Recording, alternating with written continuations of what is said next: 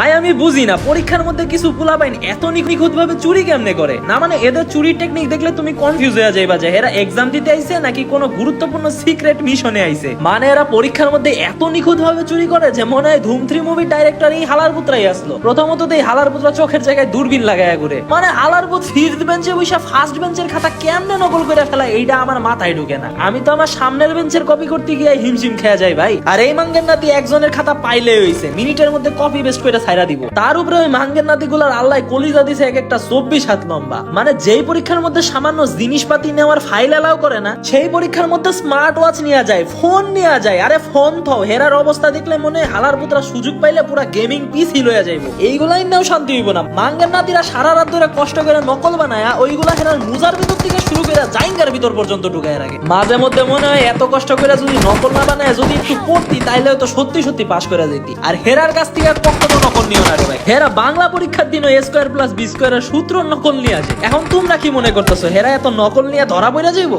জীবনেও না। হেরা পরীক্ষার মধ্যে এমন ভাবে যাইবো যে মনে হইব হেরার থেকে বিলিয়ন স্টুডেন্ট এই ক্লাসে নাই।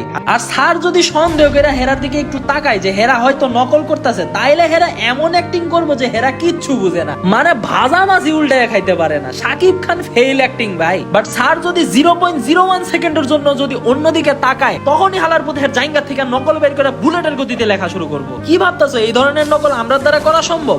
তুমি যদি এটা ট্রাই করতে যাই তাহলে আমরা আর এক্সাম দেওয়া লাগবো না। স্যার আস্তে করে আমরা খাতাটা নিয়ে রেখে দিব। তারপর কাইন্দ 20 মিনিট ধরে স্যার খাতাটা দিয়া দেন আর হইব না ভুলে গেছে। কারণ দুনিয়ার যত চিটিং তো আমরা করি তাই স্যার খালি আমরার দিকেই তাকায়া থাকে। আমাদের রে ভাই পড়াশোনা কইরাই পাস করা লাগবে। কারণ আমাদের রে ভাই ওগো মতন এত গড গিফটেড ট্যালেন্ট নাই যে স্যারের নাকের তলা দিয়ে নকল করে ফেলাই দেয় আর স্যার টেরই পায় না। এইগুলা এক একটা চোর না ভাই, এক একটা আর্টিস্ট। কিচ্ছু কর নাই রে ভাই। কষ্ট তো তখনই লাগে যখন কষ্ট লাগে। তোমাদের মতো যদি এমন আর্টিস্ট ফ্রেন্ড থাকা থাকে তাইলে রে ভাই ওই লেজেন্ডের এই ভিডিওটা শেয়ার করো আর এইরকম ভিডিওর জন্য ফলো মারো।